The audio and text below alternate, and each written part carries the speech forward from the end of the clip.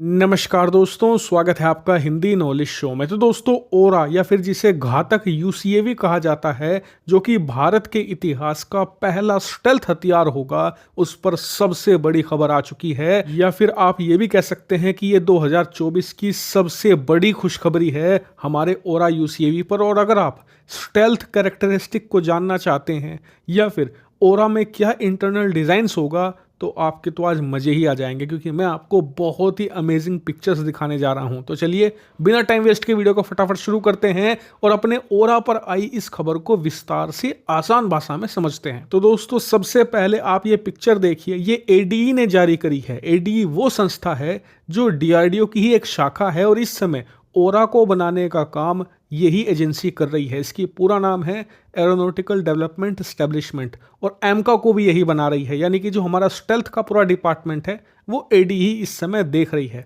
तो उन्होंने ये इमेज जारी करी है। क्या है ये?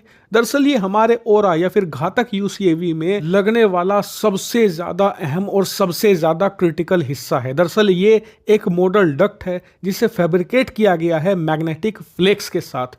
मॉडल डक्ट क्या होता है मैं आपको बता दूं कि डक्ट एक जेट का या फिर एक यूसीएवी का वो हिस्सा है जहां से एयर यानी कि हवा पास थ्रू होकर इंजन तक पहुंचती है। और इसे और बेहतर समझने के लिए ये एनिमेटेड पिक्चर देखिए। इसमें आप देख सकते हैं कि डक्ट जो होती है वो किसी जेट के या फिर किसी भी प्रकार के ड्रोन या यूसीएवी के बिल्कुल फ्रंट में होती है, जहां से हवा इसमें एंटर होती है और फिर डक्ट के थ्रू ये इंजन तक पहुंचाई जाती है। तो आप समझ गए होंगे कि डक्ट का फंक्शनिंग क्या है और ये कितना ज़्यादा महत्वपूर्ण हिस्सा होता है एक यूसीएवी का। तो खैर, ये बनकर तैयार हो चुका है। एडीए ने इसकी पिक्चर भी जारी कर दी है। इससे एक बात साफ हो चुकी है कि हमारा जो घातक यूसीएवी है, जो कि हमारा पहला स्टेल्थ हथियार होगा जो हमारी सेनाओं को मिलेगा, उसका प्रोजेक्ट बिल्कुल सही रास्ते पर है और जल्द ही ये बनकर सेनाओं के हाथ में चला भी जाएगा, क्योंकि इसके कई सारे टेस्ट हमने ऑलरेडी कर भी लिए हैं।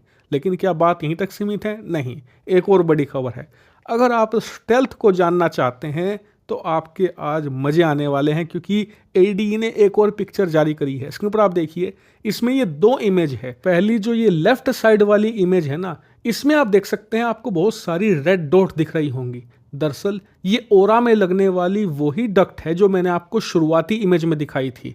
इसमें दिखाया यह गया है कि इस डक्ट को अगर हम बिना रडार अब्जॉर्विंग मटेरियल के तैयार करते तो दुश्मन के इलाके में जब हमारा ओरा घुसता तो वहां पर ये कुछ ऐसे शो करता रडार पर, यानी कि दुश्मन बड़ी आसानी से इसका पता लगा लेता, ऑलमोस्ट इसकी शेप का भी अंदाजा लगा लेता बिना रडार अब्जॉर्विंग मटेरियल के। लेकिन क्योंकि मैंने आपको बताया कि हमने इसमें मैग्नेटिक कोटिंग करी है, रडार ऑब्जर्विंग मटेरियल अच्छे से लगाया है, तो अब आप राइट वाली इमेज देखिए। इसमें आपको कुछ भी नहीं दिख रहा है, बिल्कुल क्लीन है रडार। हालांकि जो आपको एरो दिख रहा है ना, ये रडार पर नहीं दिख रहा।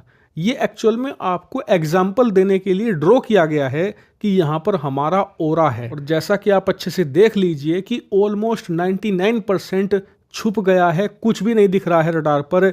और यही कमाल है रडार अब्जॉर्विंग मटेरियल का, जो दुश्मन को पता नहीं लगने देता कि उसके ऊपर किसने कहां से, किस तरफ से और किस प्रकार की मिसाइलें बरसा दी हैं। यही कमाल होगा ओरा का, जो भारत का पहला स्टेल्थ हथियार होगा। ये पाकिस्तान के अंदर राजधानी इस्लामाबाद तक घुस जाएगा। उन्हें अंदाज़ा भी नहीं होगा कि उनके देश में भारत का एक स्टेल्थ ड्रोन घुस आया है। उसने इस्लामाबाद में स्ट्राइक भी कर दी है और वो वापस भी लौट गया है। ये ढूंढते रह जाएंगे लेकिन कुछ नहीं मिल पाएगा। हालांकि आपको बता दूं कि मैं इस ओरा प्रोग्राम को बहुत ही डीपली फॉलो कर रहा हूं। जैसे ही इस पर कोई छोटी सी भी इंफॉर्मेशन आएगी मैं आपको ज़रूर इन्फॉर्म करूंगा, इसीलिए चैनल को सब्सक्राइब कर लेना।